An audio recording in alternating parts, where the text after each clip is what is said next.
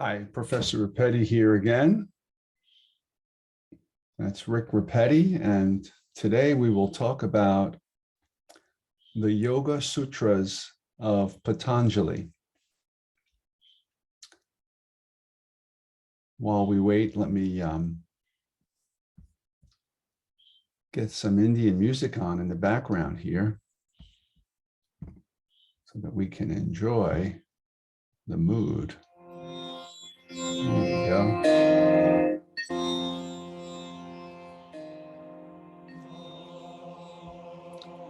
This music is from The Chants of India by Ravi Shankar.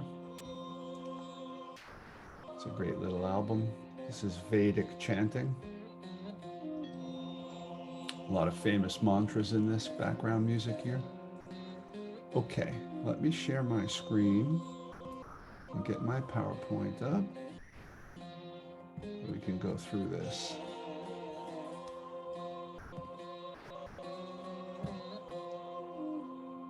All right.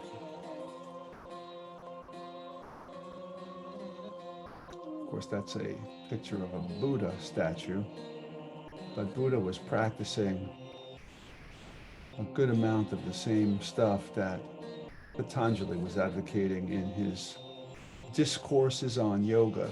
Sutras are discourses. The word literally means thread, but dialogue, a discussion, a discourse, a teaching, a treatise. Maybe treatise is a good interpretation on yoga. Okay, so let me say before I go into the opening line of the Yoga Sutras that Patanjali lived about roughly 2,000 years ago in India. He was a yogi, a practitioner of yoga. And as you will learn, yoga in this sense, in the traditional sense, means one who seeks yoga, which is union, oneness, a state of non-duality or transcendence, where you transcend your individual self and become one with the all. All right, the yoga postures like the one in the picture, that's a meditation posture, but all the other physical postures that are the popular yoga nowadays were originally constructed just as exercises to keep the body stable in meditation, flexible, loose, to open up everything, get everything fluid and working, right? So the postures were a minor part. All right, so Patanjali's Yoga Sutras is, I think, the treatise on yoga in this deeper sense.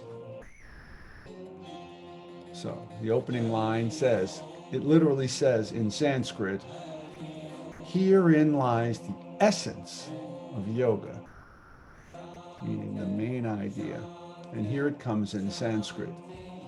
Yoga, chitta, which is sometimes spelled C-I-T-T-A, vritti, nirodha.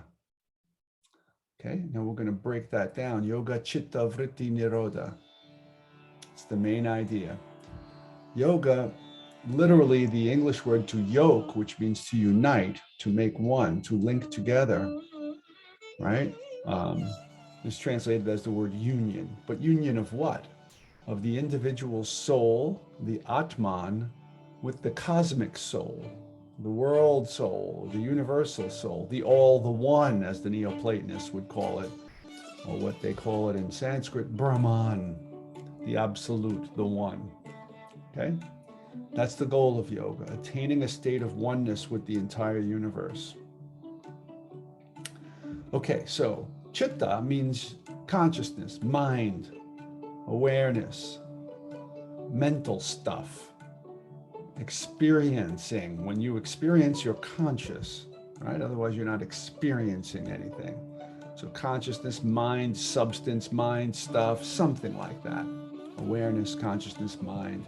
Sentience is when you feel, you're sentient, you're sensing. When you sense something or you experience sentience, right? You're conscious. You have some consciousness, no matter how minimal it is. Okay, vritti is a word that means something like a disturbance, turbulence, waves moving, things that are moving or waving or turbulent or dynamic, active, right? Perturbations. I'm being perturbed by something, right? So when consciousness is moving, turbulent, active, dynamic, engaged, right? That's vritti. Activity in the mind is chitta vritti, right? An active mind, an engaged mind, a thinking mind, a turbulent mind, a monkey mind, as we call it in this tradition. Your mind is jumping around, right? And nirodha, the word nirvana, has the same root, nir, which is some kind of negation or stopping or ending, right? Cessation, to cease, to stop, to end, to quell, to put to rest, to attenuate, to use a big English word, right? Is to bring things to a stop, a halt, an end. Okay, so put that all together, and what do you get? Union with God through stopping the mind waves, or stilling the mind, stopping the mind, right? When you stop the mind being busy and active hides the soul and gives the impression that the soul, the self, consciousness itself, is separate from all the objects of consciousness, right? That's the idea. It's almost like the movie screen without any images on it is not confused, right? Consciousness, pure, simple, calm, radiant, steady, and still, perceives reality such that there's no distinction between consciousness and reality, or the self and the all, or the one. But the activity of mind and body, right, confuses us so that we think we're separate from everything. Yoga is the practice of getting your body and mind calm and clear and purified and still so that you could experience this oneness. Okay? So cosmic consciousness, transcendence, awareness of the all, of the one in Neoplatonism, right, is achieved through stilling the mind, bringing the mind to a calm, steady, clear place. Okay, that's the theory. That's the main. Herein lies the essence of yoga. Yoga is attained through stilling the mind, making it still. By stilling the mind, the soul merges with God. It's already merged, but there's an illusion of separateness through this activity. It's like a kind of cognitive illusion that is dispelled when the mind is calmed, or so the theory goes.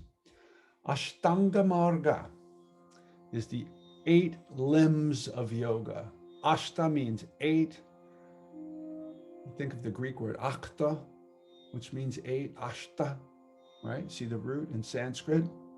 Octagon, octopus, 8 limbs. Marga means path. So the 8-limbed path, there's 8 things that you need to do to practice this yoga, okay? The 8-limbed path to achieving stillness and becoming aware of self and cosmic soul are one, or Atman, the individual soul, and Brahman, the universal soul. It's the same thing. Ocean and the wave. The wave is not separate from the ocean. That's the theory. Okay, so here's a little diagram. It's almost like a table of contents, an overview of the Yoga Sutras. And we're only touching on very little bit overviewing. We're overviewing the Yoga Sutras. You might want to go ahead and read it. I'm sure you could find the whole thing for free online somewhere. But it begins with what is yoga, upper left-hand corner, section 1.1 to 1.4.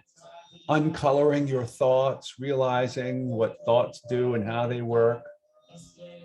How to practice yoga and non-attachment. The idea is that we're so attached to our thoughts and our senses and our bodies that we think that that's all that we are, right? So we have to learn how to loosen that up and take on a bigger perspective, right? And then there's the mantra Om, right in the middle, up next to that little blue and white picture with the palm tree on an island, right? Those pictures are there just so I can refer to them, to where you are, right? Obstacles and solutions, right? What are the problems? How to stabilize and clear the mind. And to the right of that, concentration. For example, just staring at a candle flame, or mentally staring at your breathing coming in and out your nose, right? Or your belly moving as you breathe. Efforts, commitments, right? The sorts of things that are important. Moving down, you can kind of look at all of this stuff. But underneath the green thing that looks like a Christmas tree and a little teepee in green and white on the right-hand side of the screen toward the top, it says minimizing gross colorings. And then underneath that, 8 rungs and discrimination. There's the 8-limbed path of yoga. 1 to 2 are yama and niyama. I'll talk about what those mean in a moment. Underneath that is asanas, sitting postures. Yama and niyamas is like the rules, the do's and don'ts of yoga. They're moral precepts or principles. Number 3 is the postures, right? It says sitting posture, right? So all the other yoga poses are just to limber you up so that you can sit for a long period of time and be still in a meditation posture. Step 4 is about breathing properly and breathing exercises and breathing meditation techniques. 5 is about withdrawing your mind from your senses, right? You are more than just your senses. So you turn the mind in on itself. You withdraw from the outer world into the inner world. 6 is when you concentrate the mind on one thing, like your breath or a candle flame or whatever, a mantra that you repeat over and over again. 7 is when you attain a state of meditation, your mind has calmed down and you are fully immersed in the object of your focus, whatever that is. So when you're practicing stage 6, concentration, your mind is still jumping around and you're making an effort to control it. Stage 7 is when you actually control it and keep your mind on the one thing that you're trying to. There's a penetration that occurs there.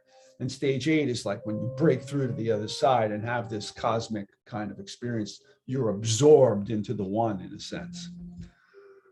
Okay, and then there's more details about, on the left of that, weird experiences, psychic experiences, out-of-body experiences, all kinds of weird things that will happen to you, what to do with those experiences. Renunciation and liberation is below the purple cloud with the little birds underneath it and the green house, right? So the idea is that when renunciation is not when you become a monk necessarily, but when you detach from all these other things that we're normally attached to and identified with. And that's the path to liberation, becoming free of these attachments. Higher discrimination is a kind of just a more meditative way of thinking, right? And then you see enlightenment toward the bottom on the left and the right side of the screen, all right? So that's just kind of an overview of the whole book, okay? We're going to focus on these 8 things, the 8 limbs of yoga. And I'm pausing so you could hear this mantra.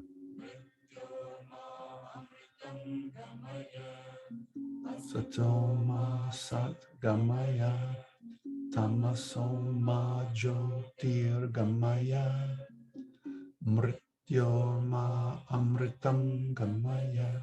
Mrit. The word mortal comes from that. Mrit, M-R-T.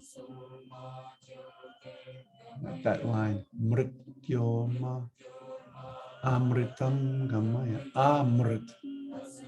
Mrit is death. Amrit is deathless, or never dying.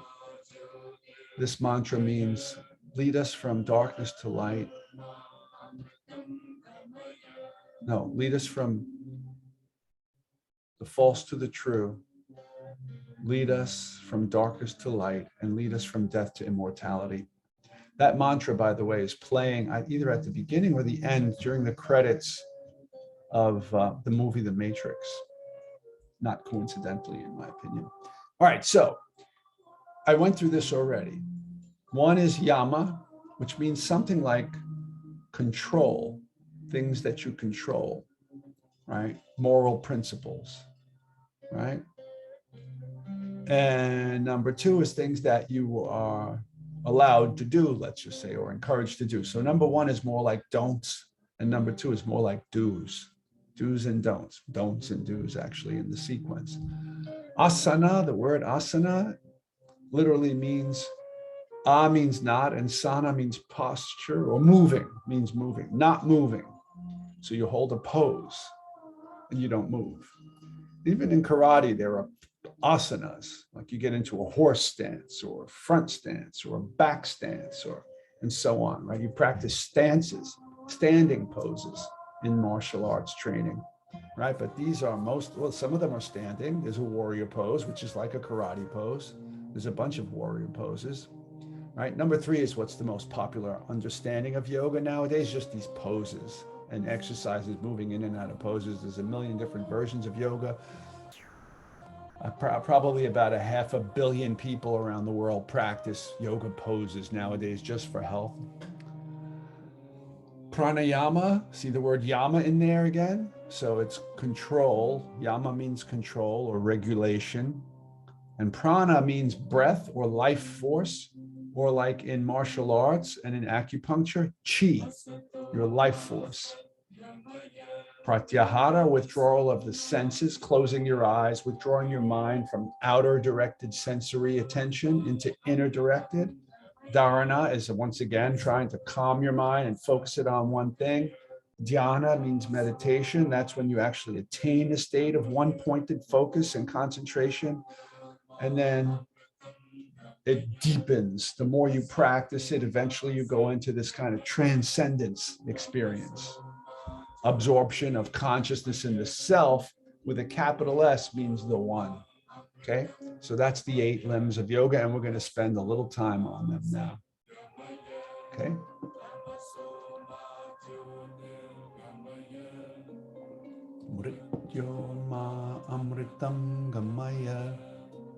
Okay, so don'ts, things to control, right? No violence. So don't allow your anger to manifest in angry speech or angry behavior, in violence. Truthfulness, meaning no lies, don't lie. Only allow truth to come out of your mouth. That's satya.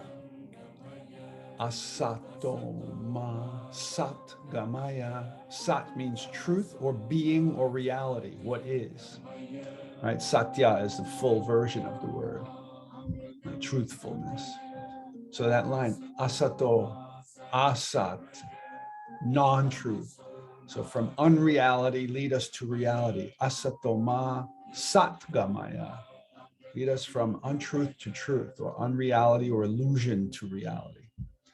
Right? Asteya means non-stealing, right? Stealing, steya, see the root? Not taking what doesn't belong to you. Brahmacharya, Brahma is another word for God, the creator, and acharya is a great teacher. It's just when you break the root down, Brahma, like as in Brahman, right? So you're kind of like a teacher of God. If you're like a holy man, right? You're like a monk, you're celibate, but not just celibate sexually. You are a celibate sexually is by analogy somebody who fasts, who practices intermittent fasting, only eats when they actually have to, minimally, right? Controlling your appetites is the more general word for a brahmacharya. So you control your food appetite, your thirst appetite, even your speech appetite, your desire to speak, you minimize it. You don't gossip, so you control how much you sleep, right? It's self-regulation in a broader sense, but it's often just translated as being sexually celibate, refraining, right? Parigraha means non-coveting, non-greed, not being possessive, not hoarding. Right? During the pandemic, everybody was running out and buying toilet paper. It was ridiculous. And bottled water. Oh, I got to get mine, right? Not if you're practicing this, okay? So those are the don'ts, the things that you control. There's social ethics. They all have an implication for how you relate to others, right? Okay. The do's have more to do with yourself, okay? Niyamas, things that you don't have to control, that you allow, that you encourage, right? That you should do rather than don't do. So tapas is a word that if you go to a tapas restaurant, you taste all kinds of different foods. This is a different tapas, okay? Tapas is a word is maybe austerities, disciplines, spiritual work, spiritual disciplines, austerity, like fasting, right? Fasting is a kind of tapas. Penance or removal of impurities is just one interpretation of it. I think a better one is discipline, like training, right? In self-control, right? Fasting, controlling yourself, right? And the point is, therefore, purification purposes, to clean out your mind, to clean out your bad habits by doing what? Cultivating good habits, okay? Santosh, it just means, I think the word in Greek philosophy would be something like eudaimonia, eudaimonia, a eudaimon, or someone who has eudaimonia. Eudaimonia is a deeper happiness, right? Or literally, it means good spiritedness. Daimon means spirit, and EU in front of it means good, and Iya at the end means something like ness, happiness, right? So good spiritedness is eudaimonia. That's, in other words, have a good attitude. You should be content with yourself, with your life, be friendly, have a benevolent attitude toward yourself and toward all beings, okay? Shaucha is purity of body and mind. This is related to the discipline of tapas, right? Which is a purification methodology, right? But so you practice things that will make you pure, but you should aspire to and do be in a state of pure mind, good mental states, okay? Swadhyaya is studying yourself. Swa means, is another word for reflecting on yourself, right? Study of the self. So in your meditation practice, you are studying about yourself, but you also study about the self when you read the Yoga Sutras or any other Hindu scriptures, right? Or listen to teachings of a guru or teacher or philosophy class, whatever. That's all swadhyaya, study of the self. And Ishwar is a name for God, a deity. Pranidhan means surrender, like submit your will to God. In other words, the Stoics would say live in accordance with nature, nature with a capital N, the universe. Or the Neoplatonists would say the one, right? So be in harmony with the will of the one, surrender to God. And this can be taken in many different ways, one of which is very religious, like in Islam, surrender to the will of Allah, right? Islam is all about submission to the will of God, right? So that's the idea. It's interesting to see the parallels in other religions. Okay, so then back up. Number one was yama, don'ts. Number two, niyama, do. And number three is asanas, non-movings, postures. And there's a bunch of asanas on the picture there. In the center, all those different poses. There's one cut off on the upper left. So I don't know what that is, but the one to the right of that is a tree pose. The one in the center on top is called mountain, Tadasana. The one to the right of that is a handstand. The one to the furthest right that's not cut off is a headstand. And the one all the way on the right that's cut off looks to me like a child pose. Knees are bent, hips down over your ankles. That's cut off. Okay, second row from the left, that is the cat stretch, right? Because cats do stretch in that exact way. The one to the right of that is a cow stretch, because in a cow you see hips and shoulders and a belly hanging down, right? By the way, I've been teaching yoga classes since the 20th century, really since the 1970s, but non-stop since the year 1999. The one in the center of the second row from the top is called forward bend. The one to the right of that is downward dog. The one to the right of that, I forget what that's called. You've got your legs folded in that funny way, and you're trying to have your hands touch and clasp behind your back. Oh, there's a meditation pose in the third row on the left. That's called Padmasana. Padma means lotus. That's the lotus pose with the hands on the knees. I forget what the next two are called, but they're pretty cool looking. The one second from the right in the third row is a version of a hero pose. I forget what that one's called specifically. And the one to the furthest right, where the person is upside down in an arc, is called wheel pose, like the wheel of a car. Fourth row on the lower left is a baby cobra because the elbows are bent. The one next to it with the arms straight is full cobra. The one in the center of that second row up from the bottom is called plank. Oh, the one on the right of that, the whole body is vertical in the air with the hands on the floor. I forget what that's called. The ones I forget what they're called are not the ones that I normally teach, which is why I forget their names. And the one on the right, which is pretty cool, I forget what that's called too. The bottom row, I forget what that funky looking pose is on the left. The one in the center is Warrior 2. Told you about karate poses. And the one to the right of that is Warrior 1. And the one to the furthest right, which you can't see, is called Warrior 3. All right. And I only remember some of the Sanskrit poses. When I started teaching yoga, I knew all those things and taught them all. But as I get older, I can't do some of them. And some of them I don't think are that useful. So I just stop using them and teaching them. Or if I do teach them, I just walk students through it verbally without saying the name of it because I don't remember. All right. Yeah. Okay. So the purposes of these poses, once again, I mentioned before, are to get you to be the guy in the middle picture, in the center of this tic-tac-toe shaped diagram of 9 postures, right? To make you limber and flexible, certainly, strong and steady, self-controlled, patient, because when you get in a pose that's awkward and difficult to hold that pose, you've got to cultivate patience.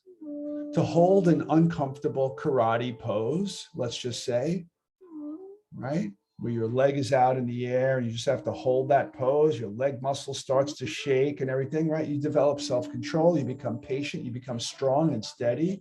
You certainly become limber and flexible because many of these are intense stretches, right? So you become able to relax and be at ease, just tensing that part of the body needed to hold the pose while relaxing every other part of the body. So now you're kind of really breaking down the different body systems and parts of the body, breathing, muscles, this, that, skeletal stuff, center of gravity. You're becoming very familiar with the inside mechanisms of your body, right? So that you can tense one part while relaxing another. That skill, by the way, carries over into life, because if you're in a tense situation, you can completely relax your body, your mind, and your breathing while maintaining awareness of the conflict or whatever it is, right? That's one of the ways in which yoga spills over into life, not by accident, intentionally, right? Able to remain motionless in any pose, right? No matter how difficult it is. You learn to control and calm your entire body and every little part of it. You can isolate parts of your body. Like right now, you might not be able to feel the back of your shin or your lower back or some part of the body. But if you practice this, you can put your mind to any part of your body and connect with it because you're developing that connection through practice. Okay. This is one of the key spiritual aspects of yoga, is the belief that there are energy centers throughout the body. Like acupuncture believes. Energy gets stuck in certain parts of your nervous system, right? And so those little needles help your mind to find that part of your body because of that very subtle needle. That needle's being registered in your mind somehow, right? That it's stimulating a place where there's an energy flow that might be blocked, and it helps your mind to find it, feel it, relax around it, loosen it up, and free that energy. That's the exact same principle about energy centers in the body being manipulated by yoga poses and breathing exercises and meditation techniques. All right. So, and that energy in yoga philosophy in Sanskrit is called prana. Right? Remember pranayama, control of the breath? It's the chi in Tai Chi or in Qigong or in karate. It's called, in Japanese, it's called ki, based on the same word, chi, ki, right? When you yell in karate, you give a ki-ai, right? Because you're tightening up that energy in your stomach, your solar plexus, which is the chi center for martial arts, your power center, ki-ai, right? That's the idea. Yeah, you're activating these circuits by loosening up the body, bringing the mind into all these parts of the body, twisting your body in a certain place, stimulates that part of the body like an acupuncture needle. And focusing your mind there and breathing your life force, your prana energy into it, those three things work together, kind of like holding a magnifying glass and aiming sunlight at a piece of newspaper intensifies the light and will cause it to burn eventually, right? So getting into a yoga pose that stimulates a certain part of the body and then sinking your mind into that part of the body, focusing on it and breathing into it, sending your breath energy, your prana into it, has the same kind of impact as acupuncture needles. And it's a lot cheaper. And it's something you do to yourself without any needles, all right? That's my theory about activating prana life force centers in the body through yoga, analogous to acupuncture. So the whole point of this is to have your whole body fully relaxed, limber, energized, no energy blockages, upright, steady and calm, patient and still and completely self-controlled, so that you can then withdraw your mind and your prana from your senses and from your body into the meditation. The whole point of yoga is that posture in the center, the meditation pose, right? Now, when you take yoga classes nowadays, most of them are just like taking Zumba or aerobics or Pilates. By the way, Pilates is based on yoga and physical therapy, just so you know. Okay, to make you ripe for meditation so that your meditations work. That's what yoga's for. Union with God, or the self, or Brahman, the all, the one in Neoplatonism. Okay, next step, pranayama. Okay, so pranayama is control, yama is control of prana, the life force. Chi, control of chi. Okay, and here's a little diagram of the energy centers and what's considered the subtle system, right, of the body, right? The psychic energy centers, the life force circuitry, what you might see also in an acupuncture chart, in your acupuncturist's studio or something on the wall, right? A picture of all the pressure points and whatnot in the energy circuit of your body. Okay, so there are, if you look, it's this spinal thing, these three major pathways. It's believed one on the left, one on is yellow, one on the right is a kind of greenish blue, and the one in the center is white. And the one in the center goes through 7 circles. Those are the chakras. And it says chakra on the right side.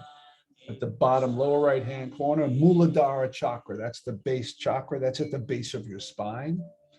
That has to do with your earth element, like the 4 elements in ancient Greek philosophy.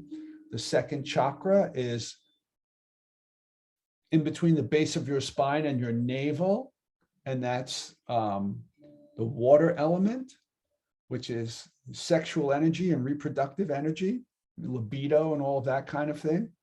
Swadhisthana chakra. The third chakra is in the solar plexus, right? Between your navel and your rib cage, right? And that's the Tai Chi, that's the Qigong and martial arts center. I forget what they call that in Hara. There's a bunch of different words depending on what martial arts style you use. But the third chakra is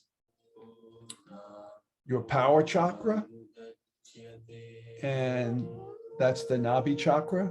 The fourth chakra is right in the center of your chest. That's your heart chakra or your Anahata chakra, right? And that's symbolized by fire. Oh, the third one is air, which is similar to prana or life force, right? So those are the four elements: earth, water, air, and fire. The fifth chakra is called the Visuddhi chakra, and that's in your throat, right? And that is the element: earth, water, air, fire. It's called ether, which is something finer than air, but a little denser than mind. It's kind of like psychic energy realm, it's believed, right? And that's responsible for the birth of psychic powers and speech and expression and all that. Of course, the fourth chakra has to do with emotion, love, right? It's the beginning of the spiritual chakras where you're moving toward the one. Well, all of them, you're moving up toward the one. Sixth chakra is also called the third eye. That's the Ajna, or sometimes spelled Ajna, chakra. Chakra, by the way, a chakra means wheel. That's why they're in a circular, because they're like little suns or globes of light, right? That's the mind is the element, and your third eye is for actual full development of psychic powers of mind and consciousness. And the seventh chakra, the Sahasrara chakra on the top of your head, is pictured as rainbow, right? That's a diagram. It's often described as a 1,000-petaled lotus, rainbow colored, where every petal represents some kind of different fruit of your psychic and spiritual development, right? And some other aspect of the cosmic mind, right? That's the enlightenment or spirit chakra, right? And and then you see you've got chakras in your hands, in your fingers, in your toes, and all these other circuits that are minor chakras and minor conduits throughout the body. Now, that one in the center that goes up through the chakras, right, is the Ida and the Pingala, right? The Pingala is the yellow column on the left. The Ida is the bluish green one on the right. And the colorless one in the center is the Sushumna, which is the spinal chakra that runs straight up and down the spine through all the other seven chakras, right? It's believed that by some of these practices, that you've got energy stuck in all the chakras based on where your head is at. So if you're like living an animal's type of life, eating, sleeping, drinking, going to the bathroom, and that's about it. If you're living literally like a pig or a cow, right? Your energy is mostly in your first chakra, right? If you're, sexually, you're operating mostly on a when and where and how can I have sex level. Most of your energy is stuck in your second chakra. If you're a martial artist or a warrior or a violent person or something like that, your third chakra is very active. If you're a very emotional, friendly, spirited person, it's in your fourth chakra, and so on. If you're a lecturer or an orator or a great speaker or a performer, a singer or a writer or anything like that, a teacher, your fifth chakra is very active. And if you are very spiritually awakened, your sixth and seventh chakras. If you're psychic, literally a medium or something like that, your sixth chakra is open, some of the time at least. And if you're an enlightened being, all of your chakras are open and there are no blockages in all of them. And so part of the pranayama practice is to awaken the energy in the base of your spine, in the bottom, right? That moves up through the chakras is called Kundalini. And it's represented as a snake. because it moves up the spine like a snake when it's awakened.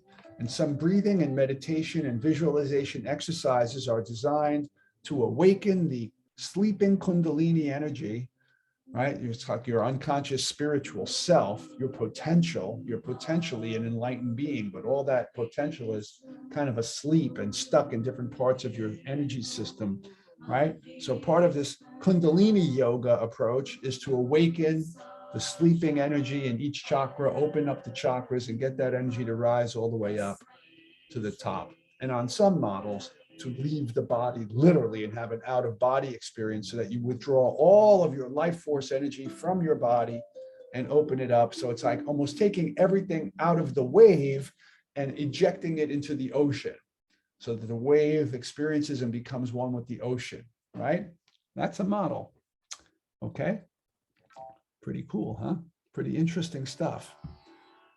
Yes, prana, life force, chi, yama, control of life force, breathing exercises, visualization. So you visualize the chakras and they're pictured here, right? The one at the base of the spine has 4 red petals, right? 4 red pointed, emanations, right? The next one has, 6 yellow, and then the next one has so many green and purplish blue and so on. And the one in the forehead has the third eye and 2 petals, and then the top one has 1,000 rainbow colored emanations, right? And if you're psychic, you can see all of that, allegedly. You can see people's aura, which is the glow of their prana system around their whole body, right?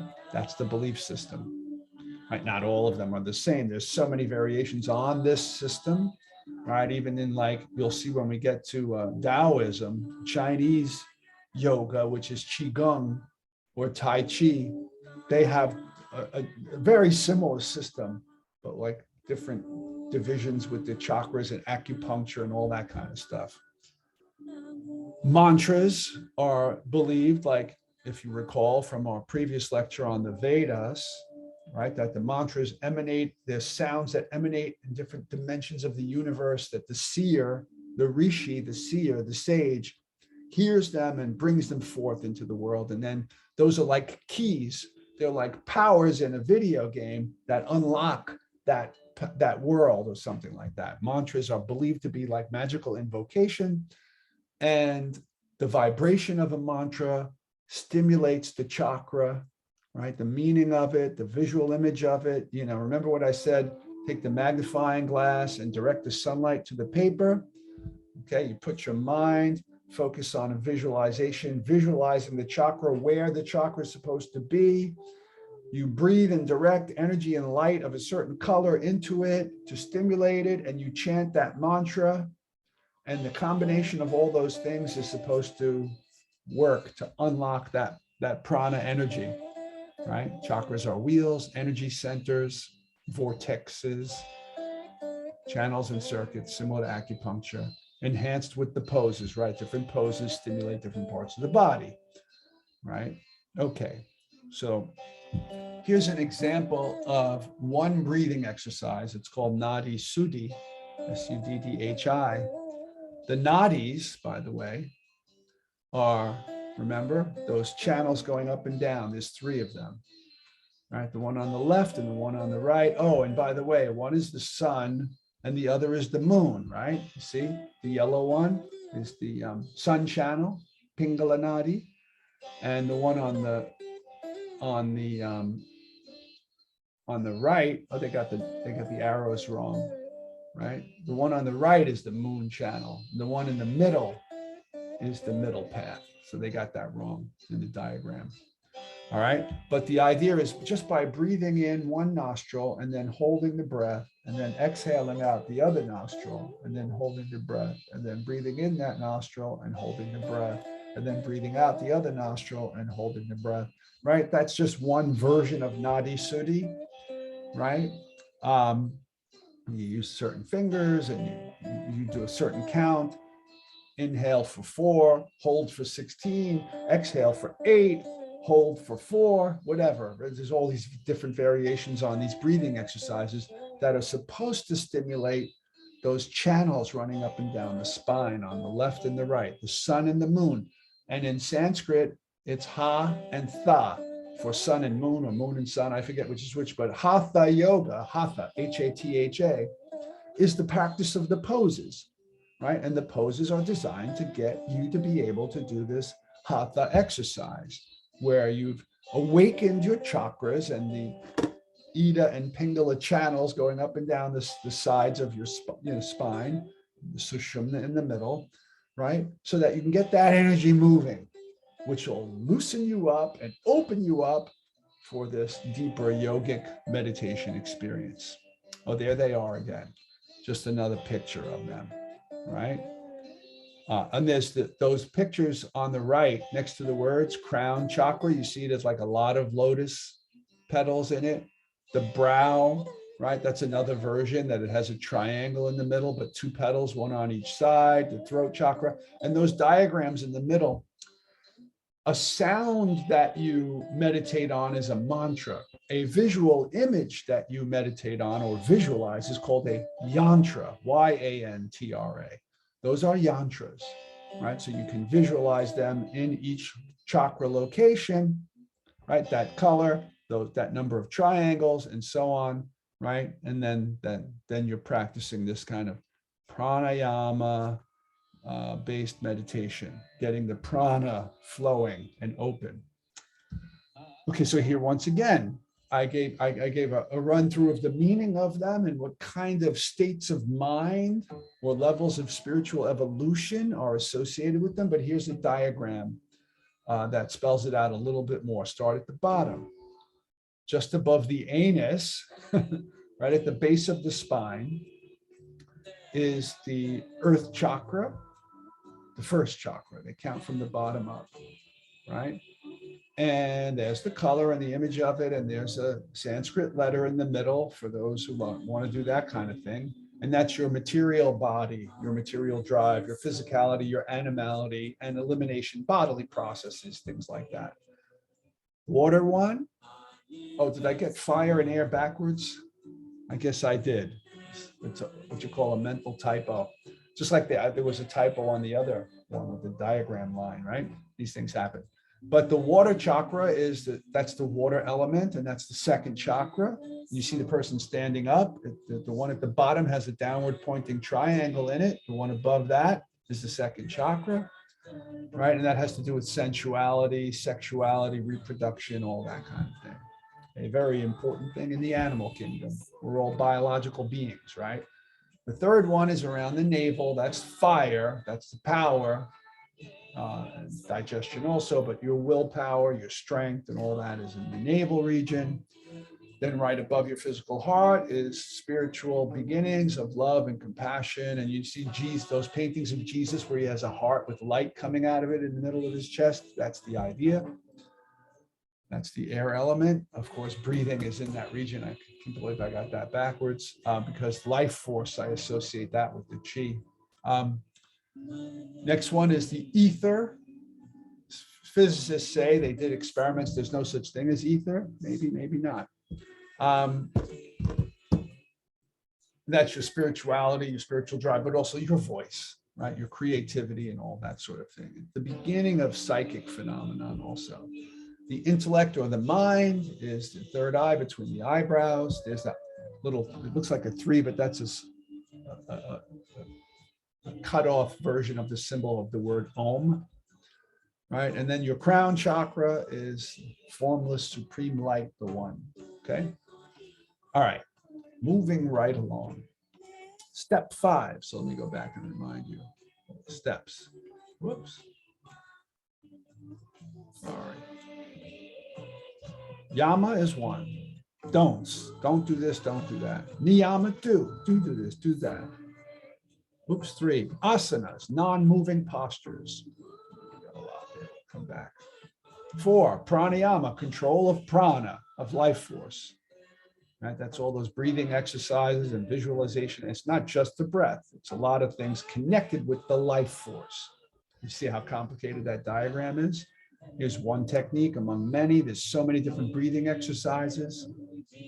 And there's some pictures of the chakras, which are connected with pranayama, controlling the life force, in the chakras, in the energy centers. Okay, so now you get your life in order, your do's and don'ts to help purify your system, your body and mind. You practice the postures to get your body limber and purify your body and loosen up your chakras. You practice the breathing exercises and the meditations connected with your chakras to completely balance your life force energy. And then you withdraw the mind from the senses. You sit in a meditation pose and close your eyes, right? Just by closing your eyelids. That's it. You withdraw your mind from the outer world, right? Pratya in Sanskrit means to move away from or to retreat or withdraw, right? And ahara are things that you take in, that you grasp. So you're moving away from the things that you normally grasp at, right? You're turning the mind in. The mind is normally outer directed at objects of perception, things you see, smell, hear, touch, and taste. Now you're moving the mind in out of that entire realm in which it's configured outwardly and turning its attention in on itself. Turning the mirror of the mind. The mind is like a mirror reflecting what's going on outside the world. You turn it around to look at itself. Okay? Mind is outer oriented via the senses. You close the sense doors. Some yogis will put earplugs in their ears or a headset on, right? Or get in a really quiet room so that there's no sound. Close your eyes, close off sound, stop eating things, don't have anything like smelly in front of you, and become totally physically still. And when you're totally physically still, after a while, you don't feel any bodily sensations. Most bodily sensations are a function of movement. And you totally relax your body from yoga so that everything is completely limber. You sit down, you get in a yoga pose, you close your eyes, you shut off the world. Your mind literally does withdraw from your body, especially if your chakras are able to allow all your energy to be brought out of its distribution across your senses and your body and back into itself. You're literally extracting all of your mind from its engagement and attachment to and identification with the body and retreating into the self. You're going offline, to use a metaphor you're all familiar with, right? You're on TikTok, you're on Twitter, you're on this, you're on that, you're online. You got to go offline. Close the laptop.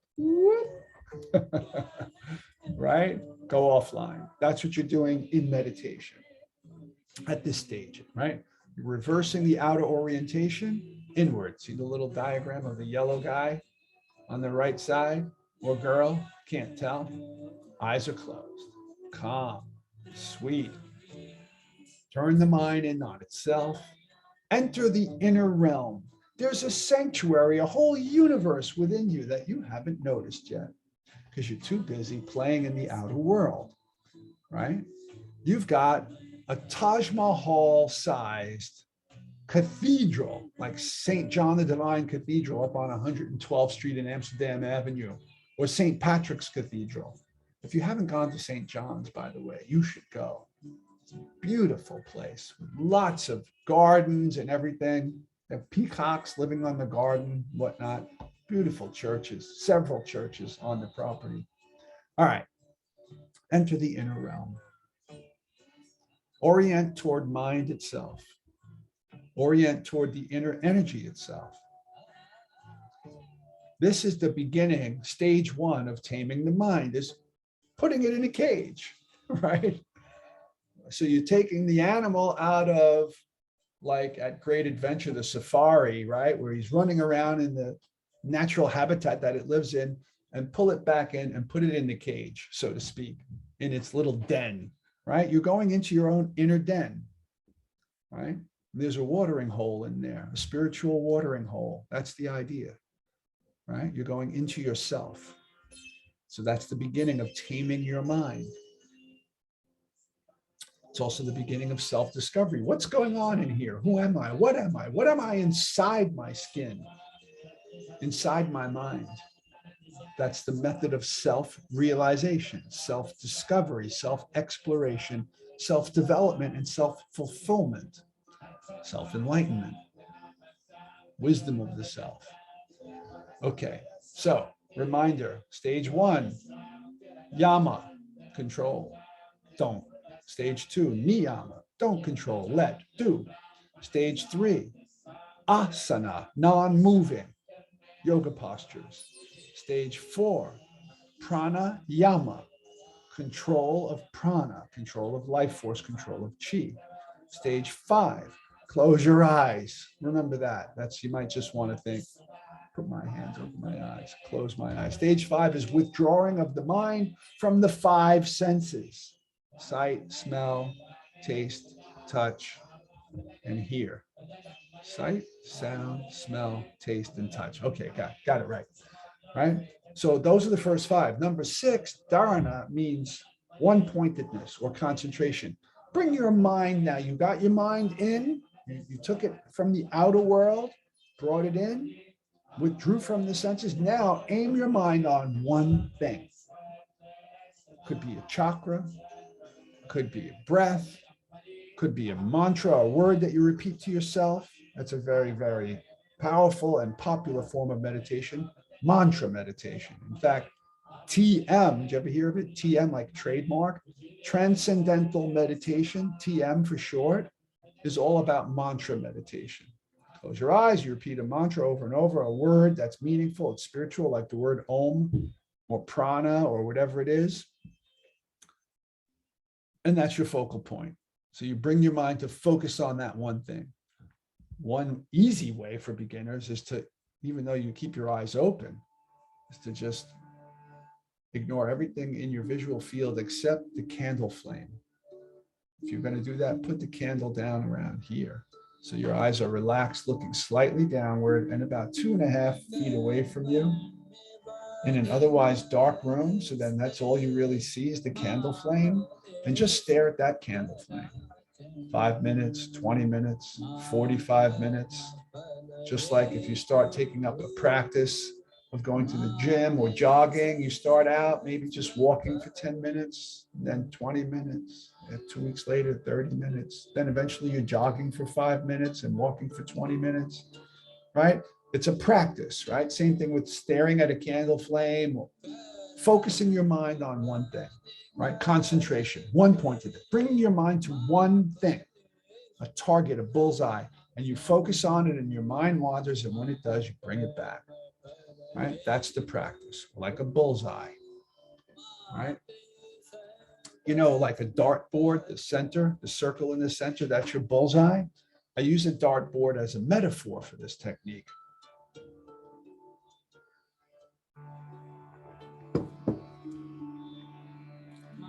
You try to keep your focus on the bullseye, but your mind wanders to the outer circles. And when it does, and you realize it, you bring your focus back to the bullseye, right? Now, students often, I've taught thousands of people meditation. And when people try it the first time, many of them say, I can't do it. My mind wandered 1,000 times. It doesn't work for me. I say, well, actually, it worked quite well. Because here's how it works. You focus and you lose focus. Your mind wanders off. You notice that it wandered, and then you return to the focal point. That's a meditation rep, like weightlifting is 2, 3, curls, 4, 5, 1, 2, 3, or push-ups. Each one of these is a rep, a repetition, right? That's a meditation rep. Every time your mind wanders, you notice that it wandered and you bring it back. You just performed a meditation exercise, like a push-up, a meditation push-up, a rep. So when a student says, can't do it, my mind wandered 1,000 times. Well, if that happened, then you realized it 1,000 times and brought it back. You just did 1,000 meditation reps. You're awesome at meditation. Person who's not that good at it say, oh yeah, as soon as we began, my mind wandered. I was daydreaming the whole time. I didn't even realize. I forgot we were meditating, right? That guy didn't even do one rep. See the difference?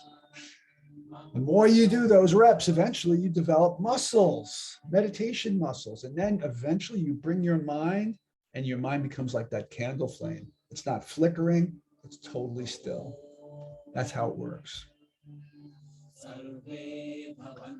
There's the bullseye. right? Your mind is the arrow. Focus it on the bullseye, keep it there. It wanders out, you realize it, you bring it back in. That's a rep. Eventually, it becomes totally still and stays focused on the bullseye. And that's the next step, dhyana, attainment of a meditative trance. Your mind becomes one with the candle flame. If you're just staring at a candle flame, all there is a candle flame, and your mind doesn't go away from it at one point. When you attain a state of meditation, that's what dhyana is. You've attained a meditative state. You're in a trance state, right? This is a beautiful piece of artwork, no? That's jhana. By the way, the word spread, jhana is Sanskrit. Buddhism was originally written down in a dialect of Sanskrit called Pali, P-A-L-I. And the word there is J-H-A-N, jhana. Sounds very much like jhana, right? Dhyana with the H, jhana, jhana. And then when Buddhism moved to China, the word became Chan, Chan. And then when it moved to Japan for Zen, right? Zen based on Chan. It's the same word. It means meditative trance. So jhana in Sanskrit and Hindu yoga, jhana in Buddhist yoga, Chan in Chinese Buddhist yoga, Zen in Japanese Buddhist yoga. And Buddhism is a derivation of Hindu yoga. Okay. And there's a yogi over there. Okay. So yes, state of meditative trance. And those are the things that I just said. So I'll move along. And then once you're in that trance, if you keep practicing going into jhana, meditative states of attainment, eventually a shift happens and you go into this total state of meditative absorption where you experience the one. The membrane that separates your mind from the one melts away, and it's a kind of transcendent experience. It's called samadhi. Okay, recall the opening line of the Yoga Sutras. Yoga chitta vritti nirodha. Union yoga is attained through nirodha, stopping the vritti, the waves, the movements of chitta, the mind. Okay, union is achieved when the mind waves stop. So once you bring your mind to a halt in dhyana, meditative trance, eventually it deepens and you transcend the membrane that separates the wave from the ocean and you become the oceanic consciousness. That's the theory of samadhi. Samadhi is yoga, total absorption in oneness. Non-duality, no distinction between self and other, between wave and ocean. The wave is the ocean. Sometimes this state is called superconsciousness, right? You're aware of the rest of your being, not just your body and senses. And the word to describe it is a Sanskrit word that blends three words, sat, chit. You've heard sat already, right? Satya means truth. Asatoma, sat, gamaya, bring us from non-truth to truth. Chit, right above, mind. And ananda means bliss. Sat is being, chitta is consciousness, and ananda is bliss. So sat, chit, ananda, you're in the state of blissful consciousness. The state of just being conscious is blissful, cosmically blissful. Okay, that's the idea. Okay. It's believed that there are psychic powers. I have to hold on a second. I have to check my time thing here. Let's see, how many more slides do I have? Oh, good, good. I thought I was going to run out of time. So let me continue this. That when you attain these states, it's believed that siddhis, which means a Sanskrit word that means perfection, psychic powers, that's all those petals in the top chakra. Each one of them represents a kind of spiritual psychic ability. Telepathy, reading other people's minds, precognition, seeing the future, mediumship, channeling disembodied spirits, telekinesis, moving objects with your mind alone, apportation, the ability to appear or disappear of an object, right, without touching it, making an object materialize or dematerialize. Clairvoyance is seeing something at a distance that's normally not visible because it's too far away. Clairaudience, hearing things from a distance. Clairsentience, feeling things at a distance. All right. The Yoga Sutras talks about these powers and what meditation techniques lead to each one of them. Fascinating stuff. I don't know if you believe it, but the third eye, the sixth chakra, once it's fully opened, is believed to enable all these things: remote viewing, psychic ventriloquism, that's when you project a thought into someone else's mind, astral travel, leaving your body, entering other people's dreams, all sorts of things like that. OOBE is out of body experiences. Lucid dreaming, being conscious while you're dreaming and controlling your dreams. Like I said, you can enter other people's dreams. This is the theory: precognition, dreams about the future or seeing the future, having visions of the future. You're outside of time and space in a way. Shaktipat. Shakti is another word for prana, but it's a kind of spiritually awakened prana is called Shakti. And gurus and yogis that have tremendous psychic energy are believed to be able to just transmit Shakti. Pat means transfer, right? Shaktipat. So the guru can just look at you and awaken the kundalini in your spine, let's just say, or touch you and open up your chakra or put you into a meditative trance, right? Jesus allegedly had that power, right? When he sent the Holy Spirit into the disciples and they started speaking in tongues and performing miracles, he gave them the Holy Spirit. That's a kind of Shaktipat according to this yogic ideology, right, etc. So here's a quick story, and it's our final page.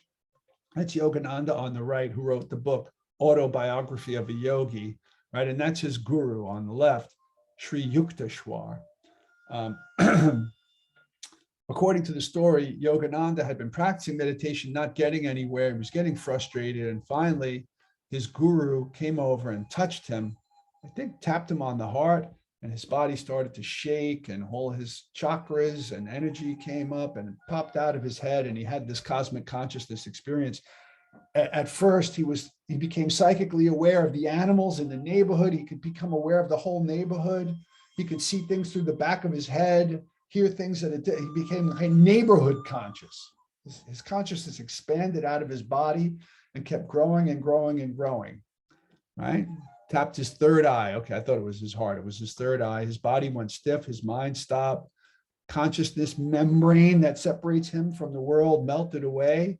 He became aware of people and animals walking behind him outside of his house, aware of the whole neighborhood, expanding outward all the way out to the region, the planet, and then the cosmos. And he said he experienced cosmic consciousness, oceanic samadhi. Okay. And I think, yeah, that's the kind of God's eye view, or a feeling of being in the mind of God. End of that. And I'm going to end my screen share so you could see my face one more time before we go. And perfect timing because I have to go. Hope that was interesting. I don't know if you believe any of it, but I've had many experiences personally from practicing this stuff for decades that suggest that much of it might actually be true. We'll see.